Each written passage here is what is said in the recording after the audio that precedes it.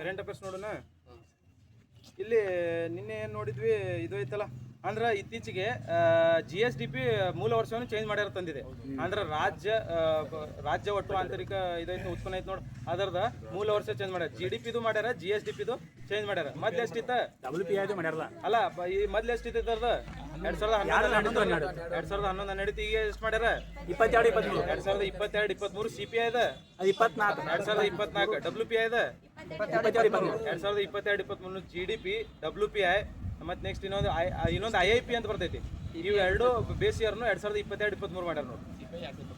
CPI 2024-23 ಅಲ್ಲ, 2024 CPI 2024 2022-23 ನೆನ್ಪಿಟ್ಕೋರಿ. ಇವೆರಡು 2022-23, ಅದು CPI 2024. CPI ಒಳಗೆ ಎಷ್ಟು ಪ್ರಾಡಕ್ಟ್ ಕಾರ್ಡ್ ಬರ್ತಾವ ತಂದಿದೆ? 697. CPI ಒಳಗೆ ಇಲ್ಲಿ ಸರ್ವಿಸ್ ಮತ್ತು ಗೂಡ್ಸ್ ಮತ್ತು ಸರ್ವಿಸ್ ಎರಡನ್ನು ಕನ್ಸಿಡರ್ ಮಾಡ್ತೀವಲ್ಲ. ಇದ್ರಾಗ ಗೂಡ್ಸ್ ಮತ್ತು ಸರ್ವಿಸ್ ಎರಡನ್ನು ಕನ್ಸಿಡರ್ ಮಾಡ್ತೀವಿ. CPI ಒಳಗೆ ಎಷ್ಟು ತಂದಿದೆ? 538. WPI ಒಳಗೆ 697. WPI ಒಳಗೆ 697. ಇಲ್ಲಿ ಕೇವಲ ಗೂಡ್ಸ್ಗಳನ್ನು ಮಾತ್ರ ಹೇಳ್ತೀವಿ ಅದಲ್ಲ.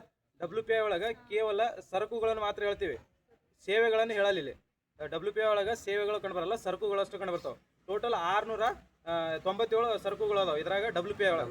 ಈ WPI ಒಳಗೆ ಅತ್ಯಂತ ವೇಟೇಜ್, ಅತ್ಯಂತ ಭಾರವಾದ ಸರಕು ಯಾವ್ದ? ಮ್ಯಾನುಫ್ಯಾಕ್ಚರಿಂಗ್ ತಯಾರಿಕಾ ಸರಕುಗಳು ಅತ್ಯಂತ ಭಾರವಾದ ಸರಕು ನೋಡ್ರಿ, ಹೌದಲ್ಲ. ನೆಕ್ಸ್ಟ್ ಇದು ಐತಲ್ಲ CPI ಒಳಗೆ ಟೋಟಲ್ ಎಷ್ಟು ಸರಕು ಮತ್ತು ಸೇವೆಗಳು ಎಷ್ಟು ಕಂಡು ಬರ್ತಾವ? ಟೋಟಲ್ 358. ಅದರ 308 ಸರಕುಗಳು, 50 ಸೇವೆಗಳು. 308 ಸರಕುಗಳು, 50 ಸೇವೆಗಳು. 308 ಗೂಡ್ಸ್, 50 ಸರ್ವಿಸಸ್ ಬರ್ತಾವ ನೋಡ್ರಿ. ಟೋಟಲ್ 358 ಸರಕು ಮತ್ತು ಸೇವೆಗಳು CPI ಒಳಗೆ ಕಂಡು ಬರ್ತಾವ. WPI ಒಳಗೆ 697 ಕಂಡು ಬರ್ತಾವ ನೋಡಿ. WPI ಒಳಗೆ 690. ಈ CPI ಒಳಗೆ ಅತ್ಯಂತ ವೇಟ್ ಇರೋದು ಯಾವ್ದು? ಅತ್ಯಂತ ಭಾರವಾದ 6 ಸರಕು. ಅಲ್ಲಿ WPI ಒಳಗೆ ತಯಾರಿಕಾ ಸರಕುಗಳು, ಇಲ್ಲಿ 6 ಸರಕು ಕಂಡು ಬರ್ತೈತೆ ನೋಡಿ. 6 ಸರಕು ಇಲ್ಲಿ ಕಂಡು ಬರ್ತೈತೆ. ಬೇಸ್ ಇಯರ್ ಅನ್ನು ಚೇಂಜ್ ಮಾಡ್ಯಾರ ನೋಡ. ಮತ್ತೆ ಇದು ಇತ್ತೀಚೆಗೆ RBI ಡೆಪ್ಯೂಟಿ ಗವರ್ನರ್ ನೇಮಕ ಆದ್ರಲ್ಲ. RBI ಡೆಪ್ಯೂಟಿ ಗವರ್ನರ್ ಯಾರದಾರ? ರೋಹಿತ್ ಜೈನ್ ಅವರು ನೇಮಕ ಆಗ್ಯಾರ. RBI ಈಗ ಇತ್ತೀಚೆಗೆ ಇನ್ನೊಬ್ಬ ನೇಮಕ ಆಗ್ಯಾರ. ಟೋಟಲ್ 4 ಮಂದಿ ಇರ್ತಾರ. ಅದ್ರಾಗ RBI ಡೆಪ್ಯೂಟಿ ಗವರ್ನರ್ ಆಗಿ ಇತ್ತೀಚೆಗೆ ರೋಹಿತ್ ಜೈನ್ ಅವರು ನೇಮಕ ಆಗ್ಯಾರ. RBI ಗವರ್ನರ್ ಯಾರದಾರ ಈಗ? ಸಂಜಯ್ ಮಲ್ಹೋತ್ರಾ RBI ಗವರ್ನರ್ ಆದ್ರ. RBI ನಿರ್ದೇಶನ ಮಂಡಳಿಯಲ್ಲಿ ಟೋಟಲ್ ಎಷ್ಟು ಜನ ಇರ್ತಾರ? 21 ಜನ ಇರ್ತಾರ. RBI ನಿರ್ದೇಶನ ಮಂಡಳಿಯಲ್ಲಿ ಟೋಟಲ್ 21 ಜನ ಇರ್ತಾರ. ಅದ್ರಾಗ RBI ಒಂದು ಗವರ್ನರ್, ಒಬ್ಬನ ಉಪ ಗವರ್ನರ್ 4, 5 ಜನ ಆದ್ರ ಕೇಂದ್ರ ಸರ್ಕಾರದಿಂದ 10 ಜನ ನೇಮಕ ಆಗ್ತಾರ. ಸರ್ಕಾರದಿಂದ 10 ಜನ ನೆನಪು ಆಗ್ತಾರ. 15 ಆತ, ಹೌದಲ್ಲ? 15 ಆತ. 4 ಬೇರೆ ಬೇರೆ ಪ್ರಾದೇಶಿಕ ಕಚೇರಿಗಳು ನೋಡ್ರಿ, ಅಲ್ಲಿದಿಂದ 4 ಜನ, 19 ಆತ. ಇಬ್ರು ಹಣಕಾಸು ಸಚಿವಾಲಯದಿಂದ, ಇನ್ನು ಹಣಕಾಸು ಸಚಿವಾಲಯ ಕೇಂದ್ರ ಸರ್ಕಾರ ನೇಮಕ ಮಾಡ್ತೈತ್ರಿ. ಹಣಕಾಸು ಸಚಿವಾಲಯದಿಂದ ಸರ್ಕಾರಿ ಅವ್ರಿಗೆ ಏನಂತ ಗೊತ್ತೇನ? ಸರ್ಕಾರಿ ಅಧಿಕಾರಿಗಳು, ಇಬ್ಬರು ಸರ್ಕಾರಿ ಅಧಿಕಾರಿಗಳು. ಟೋಟಲ್ 21 ಜನ ನೋಡ್ರಿ. 10 ಜನ ನೇಮಕ ಆಗ್ತಾರ ಸರ್ಕಾರದಿಂದ, 10 ಜನ ನೇಮಕ ಆಗ್ತಾರ. 1+5 ಗವರ್ನರ್ ಮತ್ತು ಉಪ ಗವರ್ನರ್ಗಳು. 4 ಪ್ರಾದೇಶಿಕ ಕಚೇರಿಗಳಿಂದ 4, ಕೇಂದ್ರ ಸರ್ಕಾರದಿಂದ ಕೇಂದ್ರ ಸರ್ಕಾರದ ಅಧಿಕಾರಿಗಳು 2 ನೇಮಕ ಆಗ್ತಾರೆ ನೋಡಿ. ಟೋಟಲ್ 21 ಜನ ನಿರ್ದೇಶನ ಮಂಡಳಿ ಇರ್ತೈತೆ ನೋಡ್ರಿ. RBI 21 ಜನದಿಂದ ಕೂಡಿರ್ತಕ್ಕಂಥ ನಿರ್ದೇಶ ಮಂಡಳಿ ಇರ್ತೈತೆ ನೋಡ. ಇಲ್ಲಿ 4 ಪ್ರಾದೇಶಿಕ ಕಚೇರಿಗಳು ಅದಾವಲ್ಲ. ಉತ್ತರದ ಹೆಡ್ ಕ್ವಾರ್ಟರ್ ಎಲ್ಲಿ ಐತಿ? ಪಶ್ಚಿಮ ಮುಂಬೈ, ಪೂರ್ವದ ಕೋಲ್ಕತ್ತಾ, ದಕ್ಷಿಣದ ಚೆನ್ನೈ. ಇವೆಲ್ಲ 4 ಉಪ ಕಚೇರಿಗಳು ಅದಾವ ನೋಡ್ರಿ. ಅದು ಇತ್ತೀಚೆಗೆ ಇದು ಮಾಡ್ಯಾರಲ್ಲ ನಮ್ದು. ಇತ್ತೀಚೆಗೆ ಸಿದ್ದರಾಮಯ್ಯ ಅವರು ಸುಪ್ರೀಂ ಕೋರ್ಟ್ ಒಂದು ಬ್ರಾಂಚ್ ಅನ್ನು ದಕ್ಷಿಣ ಭಾರತದಲ್ಲಿ ಒಂದು ಓಪನ್ ಮಾಡ್ಬೇಕಂತೇಳಿ ಇದು ಸೂರ್ಯಕಾಂತ್ ಅವ್ರಿಗೆ ಹೇಳಿದ್ರು. ಅಂದ್ರೆ ಇದು ಸುಪ್ರೀಂ ಕೋರ್ಟ್ ನ ಮೇನ್ ಬ್ರಾಂಚ್ ದೆಹಲಿಯಲ್ಲಿ ಇರ್ಬೇಕಂತ ಹೇಳ್ತಿ. ಯಾವ ಆರ್ಟಿಕಲ್ ಹೇಳ್ತೈತಿ? 130 ನೋಡಿ. 130ನೇ ಆರ್ಟಿಕಲ್ ಪ್ರಕಾರ ಸುಪ್ರೀಂ ಕೋರ್ಟ್ ಮೇನ್ ಬ್ರಾಂಚ್ ಇರ್ತೈತಿ ನೋಡಿ. ಸುಪ್ರೀಂ ಕೋರ್ಟ್ ನ ಖಾಯಂ ಪೀಠ, ಮೇನ್ ಪೀಠ ಕೇವಲ ದೆಹಲಿ ಒಳಗೆ ಮಾತ್ರ ಇರೋದು, ಬೇರೆ ಎಲ್ಲ ಕಡೆ ಮಾಡಕ್ ಬರಲ್ಲ. ಬೇರೆ ಇವು ಬೇರೆ ಬೇರೆ ಪೀಠಗಳು, ಉಪಪೀಠಗಳನ್ನು ಬೇರೆ ಎಲ್ಲಿ ಇದರಲ್ಲಿ ಮಾಡ್ಬೋದು. ಆದ್ರೆ ಖಾಯಂ ಪೀಠ ಕೇವಲ ಹುಬ್ಳಿಯಲ್ಲಿ ಇರ್ಬೇಕಂತೇಳಿ, ದೆಹಲಿ ಒಳಗೆ ಇರ್ಬೇಕಂತೇಳಿ 130ನೇ, ಹುಬ್ಳಿ ಅಲ್ಲ, ದೆಹಲಿ ಒಳಗೆ ಇರ್ಬೇಕಂತೇಳಿ 130ನೇ ಆರ್ಟಿಕಲ್ ಹೇಳ್ತೈತಿ ನೋಡಿ. 130ನೇ ಆರ್ಟಿಕಲ್ ಹೇಳ್ತೈತಿ. ಇತ್ತೀಚೆಗೆ ಚಿನ್ನದ ಉತ್ಪಾದನೆಯಲ್ಲಿ ಅಗ್ರಸ್ಥಾನ ಪಡೆದಿರ್ತಕ್ಕಂಥ ದೇಶ ಯಾವ್ದು? ಚೀನಾ. 2ನೇದು ಆಸ್ಟ್ರೇಲಿಯಾ. 3ನೇದು ರಷ್ಯಾ. ಚೀನಾ, ಆಸ್ಟ್ರೇಲಿಯಾ, ರಷ್ಯಾ ನೋಡ್ರಿ. ಮೊದಲ 3 ಅತ್ಯಂತ ಹೆಚ್ಚು ಚಿನ್ನದಲ್ಲಿ ಉತ್ಪಾದನೆಯಲ್ಲಿ ಅಗ್ರಸ್ಥಾನದಲ್ಲಿರುವ ಚೀನಾ, ಆಸ್ಟ್ರೇಲಿಯಾ ಮತ್ತು ರಷ್ಯಾ ಅದಾವ ನೋಡ್ರಿ. ಇಲ್ಲಿ ಏನೈತಿ ನೆಕ್ಸ್ಟ್? ಇದು ಮ್ಯಾಗ್ನೆಟಿಕ್ MRI ನಲ್ಲಿ ಯಾಕೆ ಕಿರಣವನ್ನು ಬಳಸ್ತಾರೆ? ರೇಡಿಯೋ. ಇನ್ನೊಂದು ಪೆಟ್ ಸ್ಕ್ಯಾನ್ ಅಂತ ಕೊಟ್ಟಿದ್ರು ಗೊತ್ತಾ? ಪೆಟ್ ಸ್ಕ್ಯಾನ್ ಒಳಗೆ ಯಾಕೆ ಕಿರಣ ಬಳಸ್ತಾರ್ರಿ? ಯಾರೇ ಬಳಸ್ತಾರೆ ಪೆಟ್ ಸ್ಕ್ಯಾನ್ ಒಳಗೆ? PET scan positron emission tomography ಅಂತ ಬರ್ತೈತೆ. ಪೆಟ್ ಸ್ಕ್ಯಾನ್ ಕ್ವಶನ್ ಕೇಳಿದ್ರು ಗೊತ್ತಾ? PET ಪೆಟ್ ಸ್ಕ್ಯಾನ್ ಕ್ವಶನ್ ಆಗಿತ್ತಲ್ಲ. ಪೆಟ್ ಸ್ಕ್ಯಾನ್ ಒಳಗ ಯಾವ ಕಿರಣಗಳನ್ನು ಬಳಸ್ತಾರ? ಗಾಮಾ ನೋಡ್ರಿ, ಗಾಮಾ ಕಿರಣಗಳನ್ನು ಬಳಸ್ತಾರ ನೋಡಿ. ಪೆಟ್ ಸ್ಕ್ಯಾನ್ ಒಳಗ ಗಾಮಾ ಕಿರಣ ಪೊಸಿಸ್ಟ್ರಾನ್ ಎಮಿಷನ್ ಟೊಮೋಗ್ರಫಿ ಅಂತ ಬರ್ತೈತಿ. ಅದರಲ್ಲಿ ಗಾಮಾ ಕಿರಣವನ್ನು ಬಳಸ್ತಾರ ನೋಡ್ರಿ. ಗಾಮಾ ಕಿರಣಗಳನ್ನು ಬಳಸ್ತಾರ. ನೆಕ್ಸ್ಟ್ ಇದು ಎಕ್ಸ್ರೇ ಒಳಗೆ ಎಕ್ಸ್ರೇ ಬಳಸ್ತಾರ. ಸಿಟಿ ಸ್ಕ್ಯಾನ್ ಒಳಗೆ ಅದ್ರಾಗೂ ಎಕ್ಸ್ರೇ ಸಿಟಿ ಸ್ಕ್ಯಾನ್ ಒಳಗೂ ಎಕ್ಸ್ರೇನ ಬಳಸ್ತಾರ ನೋಡಿ. ಇತ್ತೀಚೆಗೆ ನೋಡ, ಇತ್ತೀಚೆಗೆ ಕಾಳಿ ಹುಲಿ ಸಂರಕ್ಷಿತ ಪ್ರದೇಶ ಐತಲ್ಲ, ಎಲ್ಲಿ ಕಂಡು ಬರ್ತೈತೆ? ಕಾಳಿ ಉತ್ತರ ಕನ್ನಡ. ಕಾಳಿ ಹುಲಿ ಸಂರಕ್ಷಿತ ಟೈಗರ್ ರಿಸರ್ವ್ ಐತಲ್ಲ, ಇಲ್ಲಿ ಇತ್ತೀಚೆಗೆ ಒಂದು ಸೂಕ್ಷ್ಮ ಇದು ಪರಿಸರ ಸೂಕ್ಷ್ಮ ವಲಯ ಅಂತ ಘೋಷಣೆ ಮಾಡ್ಯಾರ. ಸ್ವಲ್ಪ ಭಾಗವನ್ನು ಪರಿಸರ ಸೂಕ್ಷ್ಮ ವಲಯ ಅಂತೇಳಿ ಘೋಷಣೆ ಮಾಡ್ಯಾರ. 663 ಚದರ ಕಿಲೋಮೀಟರ್ ಅನ್ನು ಸೂಕ್ಷ್ಮ ಪರಿಸರ ವಲಯ ಅಂತೇಳಿ ಇತ್ತೀಚೆಗೆ ಕಾಳಿ ಹುಲಿ ಸಂರಕ್ಷಿತ ತಾಣದಲ್ಲಿ ಘೋಷಣೆ ಮಾಡ್ಯಾರ ನೋಡ್ರಿ. ಯಾಕಂತಂದ್ರೆ ಇಲ್ಲಿ ಕಾಳಿ ನದಿ ಮತ್ತು ಕಾಳಿ ನದಿ ಉಪನದಿಗಳು ಬರ್ತಾವೆ ಎರಡು, ನಾಗಜೇರಿ ಮತ್ತು ಕನೇರಿ ಅಂತ. ಕಾಳಿ, ನಾಗಜೇರಿ ಮತ್ತು ಕನೇರಿ ಇವುಗಳ ಸಂರಕ್ಷಣೆಗಾಗಿ ಇದೊಂದು ಸೂಕ್ಷ್ಮ ವಲಯ ಅಂತೇಳಿ ಇತ್ತೀಚೆಗೆ ಪರಿಸರ ಸೂಕ್ಷ್ಮ ವಲಯ ಅಂತೇಳಿ ಕಾಳಿ ಹುಲಿ ಸಂರಕ್ಷಣಾ ತಾಣವನ್ನು ಘೋಷಣೆ ಮಾಡ್ಯಾರ ನೋಡ್ರಿ. ಅಂದ್ರೆ ಈ ಅರಣ್ಯ ಅಂಚಿನಿಂದ ಟೋಟಲ್ 10 ಕಿಲೋಮೀಟರ್ ಸರೌಂಡ್ ಒಳಗೆ, ಗರಿಷ್ಠ 10 ಕಿಲೋಮೀಟರ್ ಸರೌಂಡ್ ಒಳಗೆ ಸೂಕ್ಷ್ಮ ವಲಯ ಅಂತೇಳಿ ಘೋಷಣೆ ಮಾಡ್ಯಾರ ನೋಡಿ. 10 ಕಿಲೋಮೀಟರ್ ಒಳಗೆ ಸೂಕ್ಷ್ಮ ವಲಯ ಅಂತೇಳಿ ಘೋಷಣೆ ಮಾಡ್ಯಾರ. ಪೂರ್ವ ದಿಕ್ಕಿನಲ್ಲಿ 1 ಕಿಲೋಮೀಟರ್ 7 ಕಿಲೋಮೀಟರ್, ಮತ್ತೆ ಇಲ್ಲಿ 2 ದಿಕ್ಕೊಂಡು ಬರ್ತಾವೆ, ಅದು ನೆನ್ಪಿಡು. ಪೂರ್ವ ದಿಕ್ಕಿನಲ್ಲಿ 1 ರಿಂದ 7 ಕಿಲೋಮೀಟರ್ ವರೆಗೆ ಸೂಕ್ಷ್ಮ ವಲಯ ಅಂತೇಳಿ ಘೋಷಣೆ ಮಾಡ್ಯಾರ. ಈ ಈಶಾನ್ಯ ದಿಕ್ಕಿನಲ್ಲಿ 5 ರಿಂದ 10 ಕಿಲೋಮೀಟರ್. ಈಶಾನ್ಯ ದಿಕ್ಕಿನಲ್ಲಿ 5 ರಿಂದ 10 ಕಿಲೋಮೀಟರ್. ಈ ಕಡೆ ಪಶ್ಚಿಮ ಯಾಕೆ ಮಾಡಿಲ್ಲ ಅಂತಂದ್ರೆ, ಈ ಕಡೆ ಪಶ್ಚಿಮ ಮತ್ತು ಉತ್ತರ ದಿಕ್ಕಿನಲ್ಲಿ ಇವು ಭೀಮಗಢ ವನ್ಯಜೀವಿ ಧಾಮ ಕಂಡು ಬರ್ತೈತೆ. ಅಲ್ಲಿ ಪಶ್ಚಿಮ ಮತ್ತು ಉತ್ತರ ದಿಕ್ಕಿನಲ್ಲಿ ಭೀಮಗಢ ವನ್ಯಜೀವಿ ಧಾಮ ಕಂಡು ಬರೋದ್ರಿಂದ ಆ ಕಡೆ ಇಷ್ಟು ಸೆನ್ಸಿಟಿವ್ ಝೋನ್ ಅಂತೇಳಿ ಅಷ್ಟು ಡಿವೈಡ್ ಮಾಡಿಲ್ಲ. ಕೇವಲ ಪೂರ್ವದಲ್ಲಿ ಎಷ್ಟು ಕಿಲೋಮೀಟರ್ ಮಾಡ್ಯಾರ? 7 ಕಿಲೋಮೀಟರ್ ವರೆಗೆ, 1 ರಿಂದ 7 ಕಿಲೋಮೀಟರ್. ನೆಕ್ಸ್ಟ್ ಈಶಾನ್ಯದಾಗ 5 ರಿಂದ 10 ಕಿಲೋಮೀಟರ್ ವರೆಗೆ ವಿಸ್ತರಣೆ ಮಾಡ್ಯಾರ ನೋಡಿ. ಇದು ವ್ಯಾಪ್ತಿಯನ್ನು ವಿಸ್ತರಣೆ ಮಾಡ್ಯಾರ. ಅದ್ರಾಗ ಕಂದಾಯ ಗ್ರಾಮಗಳು ಅಂತಂದ್ರೆ 84 ಚದರ ಕಿಲೋಮೀಟರ್. ಕಂದಾಯ ಗ್ರಾಮಗಳು ಅಂತಂದ್ರೆ 84 ಚದರ ಕಿಲೋಮೀಟರ್. ಕಂದಾಯ ಭೂಮಿ ಅಂತಂದ್ರೆ 75 ಚದರ ಕಿಲೋಮೀಟರ್. ಕಂದಾಯ ಗ್ರಾಮ ಅಂತಂದ್ರೆ 84, ಕಂದಾಯ ಭೂಮಿ ಅಂದ್ರೆ 75 ಚದರ ಕಿಲೋಮೀಟರ್ ಅಂತಂದ್ರೆ ಎಕೋ ಸೆನ್ಸಿಟಿವ್ ಝೋನ್ ಅಂತೇಳಿ ಇತ್ತೀಚೆಗೆ ಡಿಕ್ಲೇರ್ ಮಾಡ್ಯಾರ ನೋಡಿ. ಕಾಳಿ ನದಿ ಉಪನದಿಗಳು ಯಾವ ತಂದೆ? ನಾಗಜೇರಿ ಮತ್ತು ಕನ್ನೇರಿ. ಇವುಗಳ ಸಂರಕ್ಷಣೆಗಾಗಿ ಇತ್ತೀಚೆಗೆ ಎಕೋ ಸೆನ್ಸಿಟಿವ್ ಝೋನ್ ಅಂತೇಳಿ ಡಿಕ್ಲೇರ್ ಮಾಡ್ಯಾರ ನೋಡಿ. ಇದ್ರಾಗ ನಿಷೇಧಿತ ವಲಯ, ರೆಗ್ಯುಲೇಟೆಡ್ ವಲಯ ಮತ್ತು ಪ್ರಮೋಟೆಡ್ ಚಟುವಟಿಕೆಗಳು ಅಂತೇಳಿ 3 ತರ ಕಂಡು ಬರ್ತಾವೆ. ನಿಷೇಧಿತ ವಲಯ ಅಂತಂದ್ರೆ ಏನೇನ್ ಮಾಡಬಾರ್ದಿಲ್ಲಿ? ಅಲ್ಲಿ ಯಾವುದೇ ತರದ ಗಣಿಗಾರಿಕೆ ಮಾಡಂಗಿಲ್ಲ, ಕೈಗಾರಿಕೆಗಳು ಮಾಡಂಗಿಲ್ಲ, ಅಂದ್ರೆ ಪೊಲ್ಯೂಷನ್ ಆಗುವಂತ ಯಾವುದೇ ಕೈಗಾರಿಕೆಗಳನ್ನ ನಿರ್ಮಾಣ ಮಾಡಂಗಿಲ್ಲ, ಗಿಡಗಳನ್ನ ಕಡಿಯಂಗಿಲ್ಲ, ಹುಚ್ಚರಂಗ ಏನ್ ಮೇಯ್ಸಂಗಿಲ್ಲ, ದನಗಳು ಕರ್ಕೊಂಡೋಗಿ ಮೇಯ್ಸಂಗಿಲ್ಲ, ಏನ್ ಮಾಡಂಗಿಲ್ಲ ನೋಡ್ರಿ. ಇದು ನಿಷೇಧಿತ ವಲಯದಾಗ. ರೆಗ್ಯುಲೇಟೆಡ್ ವಲಯದಾಗ ಏನೇನ್ ಮಾಡ್ಬೋದು? ಪರ್ಮಿಷನ್ ಹೋಮ್ ಸ್ಟೇ ಮಾಡ್ಬೋದು ನೋಡ್ರಿ. ಈಗ ನಾವೆಲ್ಲರೂ ಚಿಕ್ಕಮಗಳೂರು ಟ್ರಿಪ್ಪಿಗೆ ಹೋಗ್ತಿರೋ ಗೊತ್ತಾ, ಅಲ್ಲಿ ಎಲ್ಲ ಗುಡ್ದಾಗೆಲ್ಲ ಬೇರೆ ಬೇರೆ ಮನೆಗಳು ಅದಾವ ಹೋಮ್ ಸ್ಟೇ ಅಂತೇಳಿ, ಇರಾಕಂತ ಹೇಳೋದು. ಅಂತ ಹೋಮ್ ಸ್ಟೇ ಅನ್ನು ಈ ರೆಗ್ಯುಲೇಟೆಡ್ ಝೋನ್ ಒಳಗೆ ಮಾಡ್ಬೋದು ನೋಡಿ. ಹೋಮ್ ಸ್ಟೇ ಅನ್ನು ಮಾಡ್ಬೋದು. ಅಂದ್ರೆ ಪರಿಸರಕ್ಕೆ ಪೂರಕವಾದ ಕೆಲವೊಂದು ಚಟುವಟಿಕೆಗಳು, ಪರಿಸರ ಹಾಳು ಮಾಡುವಂಥ ಚಟುವಟಿಕೆ ಮಾಡ್ಬೋದು. ಪರಿಸರಕ್ಕೆ ಯೂಸ್ ಆಗುವಂಥ ಕೆಲವೊಂದು ಚಟುವಟಿಕೆಗಳನ್ನು ಈ ರೆಗ್ಯುಲೇಟೆಡ್ ವಲಯದಾಗ ಮಾಡ್ಬೋದು. ಪ್ರಮೋಟೆಡ್ ಚಟುವಟಿಕೆಗಳದಾಗ ಅಂತಂದ್ರೆ ಈ ಜನರು ವಾಸಿಸಬಹುದು, ದೈನಂದಿನ ಚಟುವಟಿಕೆಗಳನ್ನ ಮಾಡ್ಬೋದು ನೋಡ್ರಿ. ಪ್ರಮೋಟೆಡ್ ಚಟುವಟಿಕೆಗಳು. ಒಂದೇದು ಯಾವ್ದೈತಿ? ನಿಷೇಧಿತ ವಲಯದಾಗ ಏನ್ ಮಾಡಬಾರ್ದು? ಗಣಿಗಾರಿಕೆ ಮಾಡಂಗಿಲ್ಲ, ಕೈಗಾರಿಕೆಗಳು ಮಾಡಂಗಿಲ್ಲ, ಇವು ಹಾನಿಕಾರಕ ಕೈಗಾರಿಕೆಗಳನ್ನ ಅಲ್ಲಿ ಸ್ಥಾಪಿಸಂಗಿಲ್ಲ. ನೆಕ್ಸ್ಟ್ ಇದು ರೆಗ್ಯುಲೇಟೆಡ್ ವಲಯದಾಗ ಹೋಮ್ ಸ್ಟೇ ಮಾಡ್ಬೋದು, ಇವು ಬೇರೆ ಬೇರೆ ಸಂಶೋಧನೆ ಮಾಡಂಗಿಲ್ಲ, ಬೇರೆ ಬೇರೆ ಗಣಿಗಾರಿಕೆ ಅವೆಲ್ಲ ಮಾಡಂಗಿಲ್ಲ, ಹೋಮ್ ಸ್ಟೇ ಮಾಡ್ಬೋದು ನೋಡ್ರಿ. ಪ್ರಮೋಟೆಡ್ ಚಟುವಟಿಕೆ ಅಂತಂದ್ರೆ ಎಲ್ಲ ವಾಸ ಮಾಡ್ಬೋದು, ಮನುಷ್ಯರು ಸಹಿತ ಇಲ್ಲಿ ವಾಸ ಮಾಡ್ಬೋದು ನೋಡ್ರಿ. 3 ತರ ಇದು ಕಂಡು ಬರ್ತವೆ. ಇದೈತೆ ಕಾಳಿ ಹುಲಿ ಸಂರಕ್ಷಿತ ಪ್ರದೇಶ. ಹರಡಿದ್ದು ಎಲ್ಲೆಲ್ಲಿ ಹರಡೈತಿ? ಕಾವೇರಿ, ಇದು ಕಾರವಾರ, ಜೋಯಿಡಾ ಮತ್ತು ಇದು ಕಾರವಾರ, ಜೋಯಿಡಾ ಮತ್ತು ಹಳಿಯಾಳ ತಾಲೂಕದಾಗ ಕಂಡು ಬರ್ತೈತೆ ನೋಡ್ರಿ. ಹಳಿಯಾಳ, ಕಾರವಾರ ಮತ್ತು ಜೋಯಿಡಾ ತಾಲೂಕದಾಗ ಇದು ಕಂಡು ಬರ್ತೈತೆ ನೋಡ್ರಿ. ಹಳಿಯಾಳ, ಕಾರವಾರ ಮತ್ತು ಜೋಯಿಡಾ ಏನೋ ಫೇಮಸ್ ಇದೆ. ಸಾವಯವ ಮೊದಲ ತಾಲೂಕು ನೋಡ್ರಿ. ಕರ್ನಾಟಕದ ಮೊದಲ ತಾಲೂಕು ಸಾವಯವ ತಾಲೂಕು ಅಂತಂದ್ರೆ ಜೋಯಿಡಾ. ಭಾರತದ ಮೊದಲ ಸಾವಯವ ಇದು ಅಂತಂದ್ರೆ ಸಿಕ್ಕಿಂ. ಜಿಲ್ಲೆ ಅಂತಂದ್ರೆ ಇಲ್ಲಿ ಕೇಳಾದಾಗಲ್ಲ. ಕರ್ನಾಟಕ ಭಾರತದ ಮೊದಲ ಸಾವಯವ ಜಿಲ್ಲೆ ಅಂತಂದ್ರೆ ಕೇಳಾದಾಗಲ್ಲ. ಕೇಳಾದ ಕೊಲ್ಲಂ ಹತ್ರ ಏನೋ ಮೇ ಬಿ ನೋಡು ಒಂದ್ಸಲ. ಇಂಡಿಯಾ ಫಸ್ಟ್ ಆರ್ಗ್ಯಾನಿಕ್ ಡಿಸ್ಟ್ರಿಕ್ಟ್ ಅಂತ ನೋಡಿ.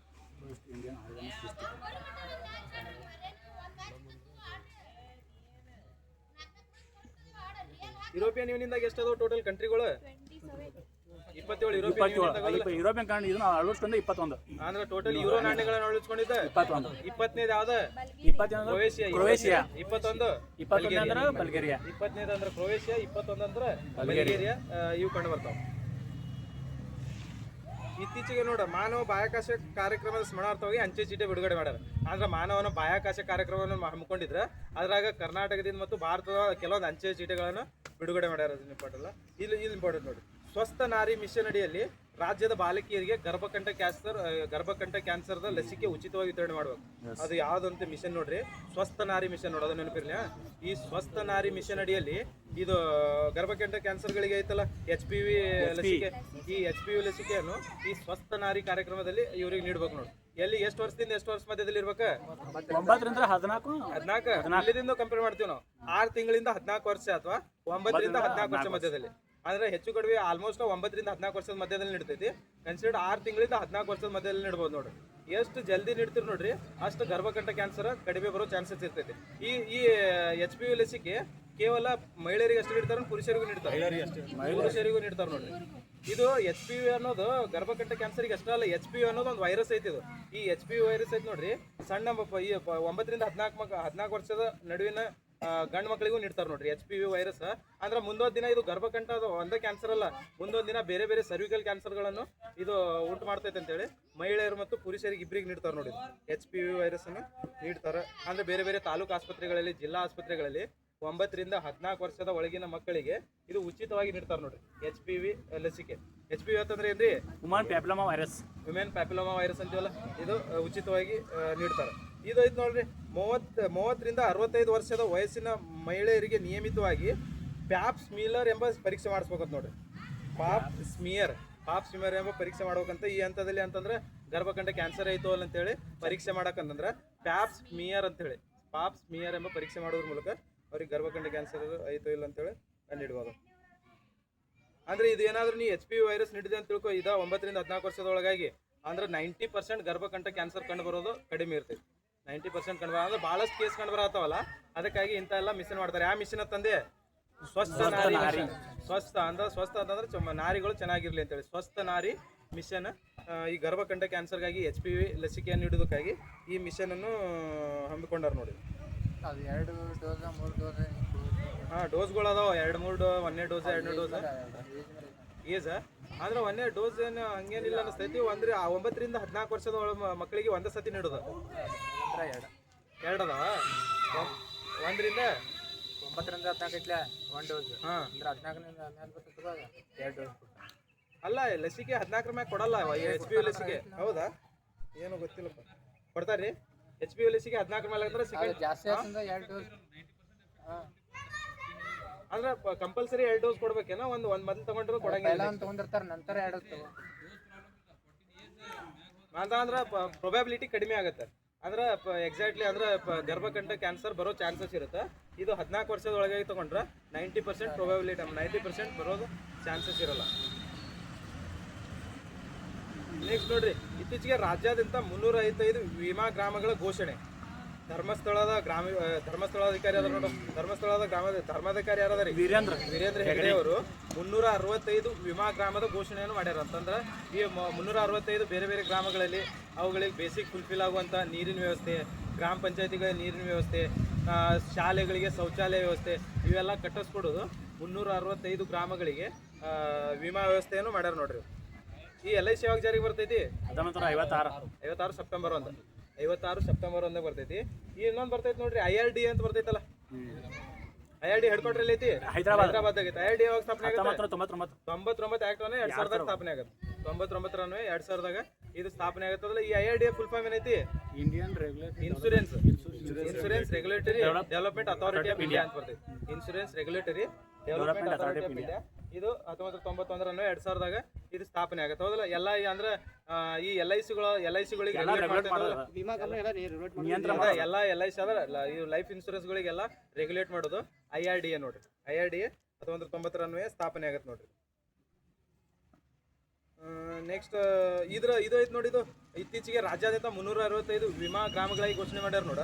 ಅದಕ್ಕೆ ಒಂದು ಗ್ರಾಮಕ್ಕೆ 50 ರಿಂದ 1 ಲಕ್ಷ ರೂಪಾಯಿ ಕೊಡ್ತಾರಂತ ನೋಡಿ. ಒಂದು ಗ್ರಾಮಕ್ಕೆ 50 ರಿಂದ 1 ಲಕ್ಷ ರೂಪಾಯಿ ಅಮೌಂಟ್ ಕೊಡ್ತಾರಂತ ನೋಡು. ನೆಕ್ಸ್ಟ್ ಬೆಂಗಳೂರಿನಲ್ಲಿ ಜಲಮಂಡಳಿಯಿಂದ ಚರಂಡಿ ನೀರಿನ ಗ್ಯಾಸ್ ಉತ್ಪತ್ತಿ ಮಾಡುವ ದೇಶದ ಅತಿ ದೊಡ್ಡ ಯೋಜನೆ. ಈಗ ಬೆಂಗಳೂರದಾಗ ನೋಡ್ರಿ, ಈಗ ಚರಂಡಿ ಬಹಳಷ್ಟು ಚರಂಡಿ ನೀರು ಐತಲ್ಲ, ಈ ಚರಂಡಿ ನೀರನ್ನು ಒಂದ್ ಕಡೆ ಸ್ಟೋರ್ ಮಾಡಿ, ಅದ್ರ ಸ್ಟೋರ್ ಮಾಡಿದಾಗ ಅದರಲ್ಲಿರೋ ಕೆಲವೊಂದು ಬ್ಯಾಕ್ಟೀರಿಯಾಗಳೆಲ್ಲ ಹಿಂಗೆ ಡಿಕಾಂಪೋಸ್ ಮಾಡ್ತಾವಲ್ಲ, ಈ ಡಿಕಾಂಪೋಸ್ ಆಗೋದ್ರಿಂದ ಅದನ್ನೆಲ್ಲ ಮುಚ್ಚಿಟ್ಟಿದ್ರೆ ಅಲ್ಲಿ ಗ್ಯಾಸ್ ಉತ್ಪತ್ತಿ ಆಗೈತೆ. ಅಂದ್ರೆ ಚರಂಡಿ ನೀರಿನಿಂದ ಗ್ಯಾಸ್ ಉತ್ಪತ್ತಿ ಮಾಡಿ ನಮ್ಮ ಎಕನಾಮಿಯನ್ನು ಬಿಲ್ಡ್ ಮಾಡ್ಬೇಕಂತೇಳಿ ಇತ್ತೀಚೆಗೆ ಬಯೋಗ್ಯಾಸ್ ಅಂತೀವಲ್ಲ, ಬಯೋಗ್ಯಾಸ್ ಕಂಪ್ರೆಸ್ಡ್ ಬಯೋಗ್ಯಾಸ್ ಅಂತ ಬರ್ತೈತಲ್ರಿ, ಈ CBG ಈ ಬಯೋಗ್ಯಾಸ್ ಇದರಿಂದ ಪ್ರೊಡಕ್ಷನ್ ಮಾಡ್ಬೇಕಂತೇಳಿ ಇತ್ತೀಚೆಗೆ ಬೆಂಗಳೂರಿನ ಜಲಮಂಡಳಿ ಹಮ್ಮಿಕೊಂಡೈತೆ ನೋಡ್ರಿ. ಇದು ದೇಶದ ಅತ್ಯಂತ ಮಹತ್ವದ ಕಾರ್ಯಕ್ರಮ. ಅಂತಂದ್ರೆ ರೀಸೈಕಲ್ ಹೆಂಗ್ ಮಾಡ್ತೀವಿ ನೋಡ್ರಿ, ಆ ಥರ ಹೊಲಸ್ ಚರಂಡಿ ನೀರನ್ನು ಒಂಥರ ಬೇರೆ ಕಾರ್ಯಕ್ಕಾಗಿ ಯೂಸ್ ಮಾಡ್ಕೊಳೋದು ಅಂತೇಳಿ ಈ ಥರ ಇದು ಮಾಡ್ಯಾರ ನೋಡ್ರಿ. ಈ ಬಯೋಗ್ಯಾಸ್ ಅನ್ನು ಮಾಡ್ಬೇಕಂತ ಮಾಡ್ಯಾರ 550. ಇಲ್ಲಿ ಕೆಳಗೆ ಒಂದು ಇದು ಕೊಟ್ಟಾರ, ರಾಷ್ಟ್ರೀಯ ಕ್ರಾಂತಿಕಾರಿ ಮಹಿಳೆಯರು ಕಲ್ಪನಾ ದತ್. ಈ ಕಲ್ಪನಾ ದತ್ ಇದು ಸೂರ್ಯಚಂದ್ರ ಇರ್ತೈತೆ ನೋಡಿ, ಅದ್ರಾಗ ಸದಸ್ಯರು ಇರ್ತಾರ ನೋಡೋದು. ಮತ್ತ ಪ್ರೀತಿಲತಾ ಒಡ್ಡೇದಾರ, ಇದು ಕಲ್ಪನಾ ದತ್. ಮತ್ತೆ ಯಾರು ಬರ್ತಾರ ಇದು ಸುಹಾಸಿನಿ ಗಂಗೂಲಿ. ಮೊದಲ ವೈದ್ಯನೋ ಸುಹಾಸಿನಿ ಗಂಗೂಲಿ ಬರ್ತಾಳ ನೋಡ್ರಿ. ಸುಹಾಸಿನಿ ಗಂಗೂಲಿ ಆಕಿನು ಚಿತ್ರಗಾಂಗ್ ಶಸ್ತ್ರಾಸ್ತ್ರ ದಾಳಿ ಯಾವಾಗ ಆಕೈತಿ? 1931ಕ್ಕೆ ಇದು ಆಕೈತಿ. ಸುಹಾಸಿನಿ ಗಂಗೂಲಿ ನೋಡ್ರಿ. ಅದಕ್ಕೆ ಕದಂಬಿನಿ ಗಂಗೂಲಿ ನೋಡಿ ಮೊದಲ ವೈದ್ಯ. ಈ ಸುಹಾಸಿನಿ ಗಂಗೂಲಿ ಸಹಿತ ಶಸ್ತ್ರಾಸ್ತ್ರ ಇದ್ರಾಗ ಭಾಗವಹಿಸಿರ್ತಾರ ನೋಡಿ. ನೆಕ್ಸ್ಟ್ ಸುಸ್ಥಿರ ವಿದ್ಯುತ್ ಉತ್ಪಾದನೆಯಲ್ಲಿ ಕರ್ನಾಟಕ ದೇಶದಲ್ಲೇ ಮೊದಲ ಸ್ಥಾನ. ಅಂದ್ರೆ ರಿನ್ಯೂಯಬಲ್ ಎನರ್ಜಿ ಬರ್ತೈತೆ ನೋಡ್ರಿ. ಏನಂತೀವಿ ಅದಕ್ಕೆ? ನವೀಕರಿಸಬಹುದಾದ ಸಂಪನ್ಮೂಲದಿಂದ ಅತಿ ಹೆಚ್ಚು ವಿದ್ಯುತ್ ಉತ್ಪಾದನೆ ಮಾಡುವುದರಲ್ಲಿ ಭಾರತದಲ್ಲಿ ಮೊದಲ ಸ್ಥಾನ ಅಂದ್ರೆ ಕರ್ನಾಟಕ. ನವೀಕರಿಸಬಹುದು. ಅದ್ರಾಗೂ ಅತ್ಯಂತ ಹೆಚ್ಚು ಅಂದ್ರೆ ಪಾವಗಡ್ ನೋಡ್ರಿ. ಪಾವಗಡ್ ಸೋಲಾರ್ ಪ್ಲಾಂಟ್ ಐತಲ್ಲ, ಪಾವಗಡ್ ತುಮಕೂರಿನ ಯಾವ್ದು ತಾಲೂಕು ಯಾವ್ದು? ಶಿರಾ ತಾಲೂಕಿನ ಪಾವಗಡ್ ಎಂಬಲ್ಲಿ ಅತ್ಯಂತ ದೊಡ್ಡ ಸೋಲಾರ್ ಪ್ಲಾಂಟ್ ಐತಲ್ಲ, ಹೆಚ್ಚಿನ ಪ್ರಮಾಣದ ರಿನ್ಯೂವಲ್ ಎನರ್ಜಿ ಇದು ಮಾಡಕ ಇಲ್ಲಿ ಕರ್ನಾಟಕ ಮೊದಲ ಸ್ಥಾನ ಪಡ್ಕೊಂಡೈತಿ ನೋಡ್ರಿ. ಕರ್ನಾಟಕ ಮೊದಲ ಸ್ಥಾನ ಐತಿ ನೋಡ್ರಿ ಇಲ್ಲಿ. ಅಂದ್ರ ಭಾರತ 2047 ಕಾರ್ಯಸೂಚಿಯನ್ನು ಇದು ಟೋಟಲ್ ಅಂದ್ರೆ ಹೆಚ್ಚಿನ ಪ್ರಮಾಣದಲ್ಲಿ ರಿನ್ಯೂವಲ್ ಎನರ್ಜಿ ಯೂಸ್ ಮಾಡ್ಬೇಕಂತೇಳಿ 500 2047ರವರೆಗೆ 500 ಗಿಗಾವ್ಯಾಟ್ ಅನ್ನು ಇದು ಮಾಡ್ಬೇಕಂತ ಮಾಡ್ಯಾರ. ಹೌದಲ್ಲ? ನೆಕ್ಸ್ಟ್ ನೋಡು, ಬ್ಯಾಲೆಟ್ ಪೇಪರ್ ಬಳಸಿ ಸ್ಥಳೀಯ ಚುನಾವಣೆ ನಡೆಸುವ ಮಸೂದೆಗೆ ರಾಜ್ಯಪಾಲ ಅಂಕಿತ.